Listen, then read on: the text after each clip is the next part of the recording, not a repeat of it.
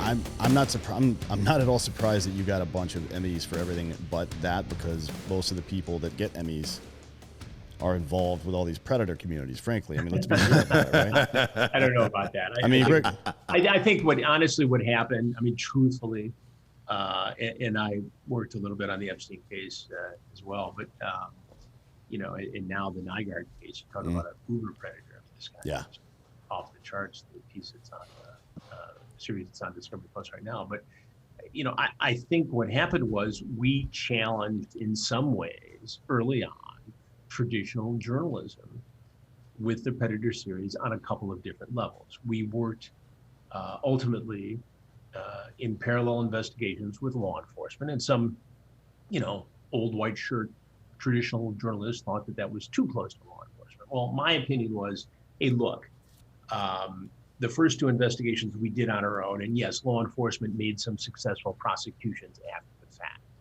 But after the second one, it became very clear to me that it was the socially responsible thing to do to set up a system in which law enforcement can make these cases as they happen, number one.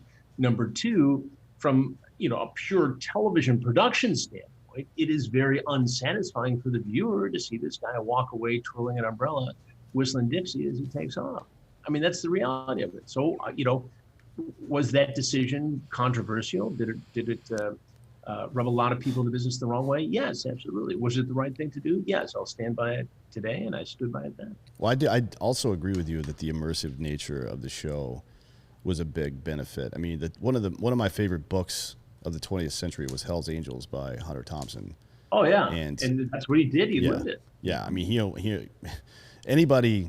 You talk about investigative journalism. That was either very stupid or very brave, or maybe a little bit of both, because it's not an organization that likes journalists or to be trifled with, particularly. And of any biker gang, they're the most dangerous, unquestionably. For sure, and yeah. Know that from my days in local news doing investigations on biker gangs in Detroit. And there are some you could go over and do an interview with and play pool with for a 4-part series, and there's some you just the investigators would tell you that they put their own lives in their own hands by infiltrating for an investigation. Right, but I mean, just the parallel though is that expose isn't the right way. I think educated is a better word, because life is complex.